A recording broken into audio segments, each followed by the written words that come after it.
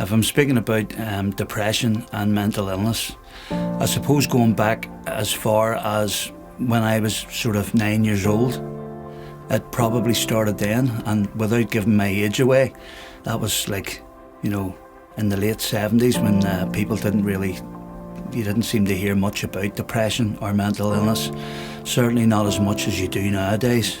Other people seem to be smiling and laughing, and even as a child at 9 years old, I just thought, why am I not happy like everyone else?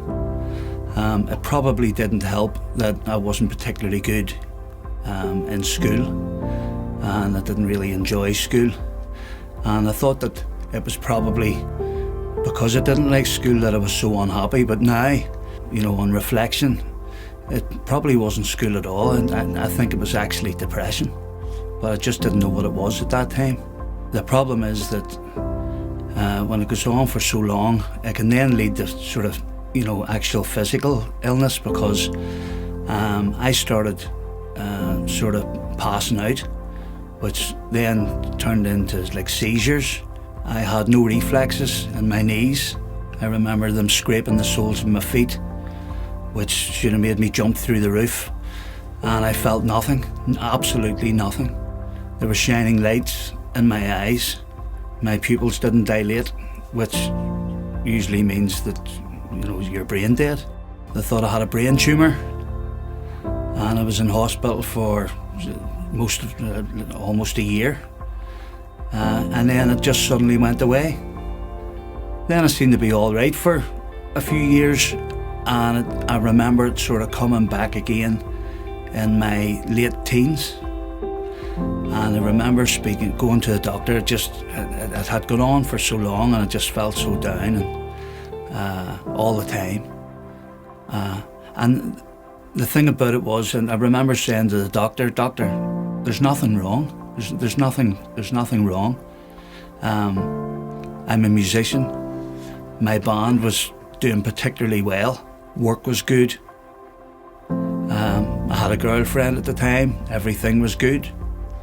There was actually nothing wrong. I couldn't think of anything that was wrong, and I knew that I should be happy and I should feel blessed that everything's good. I remember the doctor saying to me, Colin, there doesn't need to be anything wrong.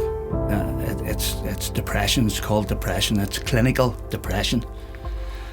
And she said, everybody needs a little bit of help sometimes, and I'm going to prescribe you some tablets.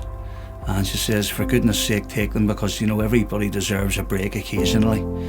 And she says, there doesn't need to be anything wrong. It's in your clinical makeup. It's in your genes almost. And I took them for a few months. Didn't make me overly happy or anything. The way people call them happy pills and stuff. It wasn't like I was over the moon, but it just took the edge off for a while. And I stopped taking them after the few months, and I've actually never been on them ever since. I've sort of learned to deal with it my own way. If you were my friend on Facebook, for example, you would see that I put a lot of poems up. I would write poetry, I would write songs and things like that. And I think the reason for that is the poems are a way of getting your feelings out. If you're feeling, particularly down or emotional or even happy, however you're feeling, it's like an emotional release. Sometimes I think that it's you're too emotional, and you need some sort of an overflow almost. And I think I've learned to deal with it that way, just with writing poems and writing songs and so on. And it's a way of, although I know they say it's good to talk and everything, and I don't particularly speak to people about it,